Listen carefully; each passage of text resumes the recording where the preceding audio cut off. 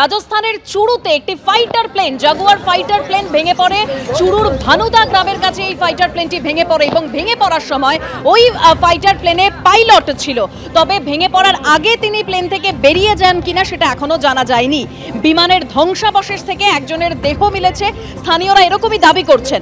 দুর্ঘটনাস্থলে police পৌঁছেছে, সেনাবাহিনী পৌঁছেছে।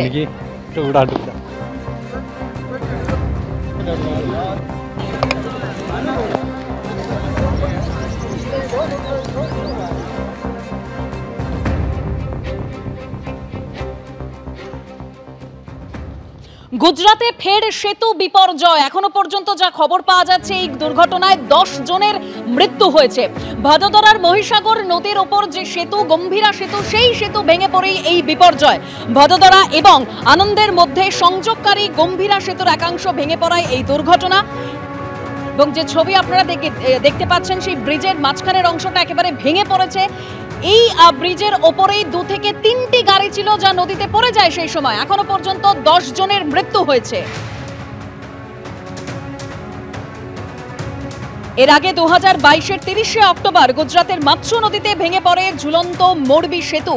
প্রাণ হারান শিশু, পর্যটক সহ প্রায় 150 জন।